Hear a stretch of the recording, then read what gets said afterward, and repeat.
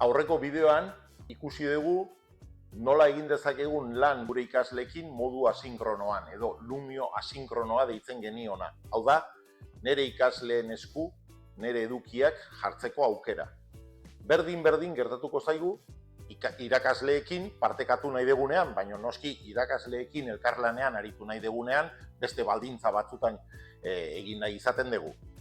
Horretarako, lehen bezala, lehenengo aukeratu beharko dugu zein eduki partekatu nahi dugun kasu hontan gure lankideekin, beste irakasle batzurekin, eta aukera daukagu hemen partekatzeko esteka. Esan bezala, orain arte, aurreko bideoan ikasleekin egin behar genuena azaldu degunean, aldaketarik ez dago.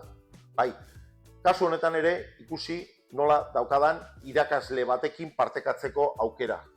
Bai, esteka bat sortuko dut, eta esteka hau kopiatu, eta nire lankideen, beste irakasle baten, esku jarriko dut esteka hau, eta horrekin batera noski eduki hau.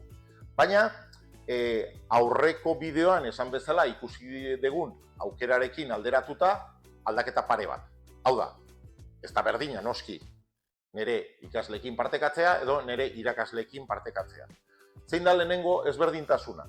Bat da, nik esteka hau nire lankidei beste irakasle batzuri helarazten diedanean, aukera ematen diet, nolabait gonbidapena luzatzen diet, eduki hori erabili eta editatzeko. Hau da, aldaketak egiteko aukera edukiko dute.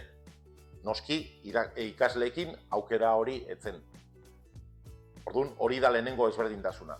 Baina bigarrena eta honekin batzutan nahastu egiten gera, nik partekatzeari utz diezaioket, eta esaten dut, utzi partekatzeari.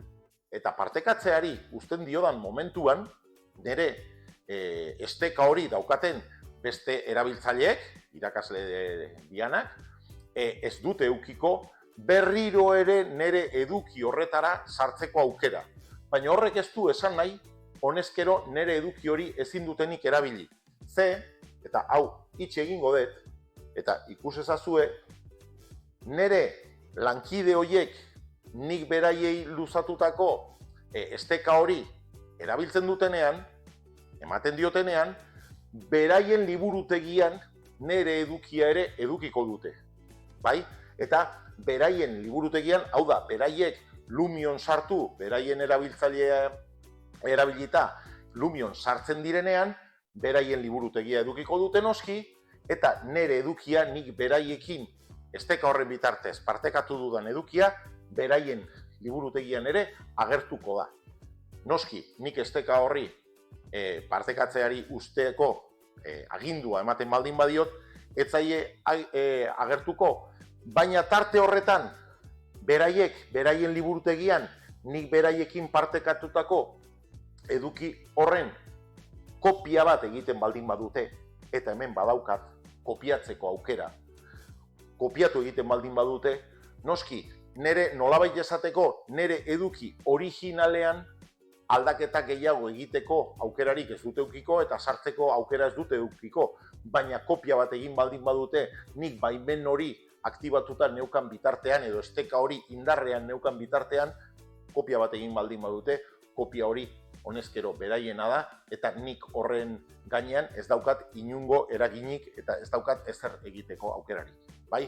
Orduan, esandakoa. Bi aldaketa, irakasleekin erabiltzen dugun esteka, partekatzeko erabiltzen dugun esteka hori ikasleenarekin alderatuta. Alde batetik editatzeko aukera daukate, eta bestetik kopia bat egiteko aukera ere.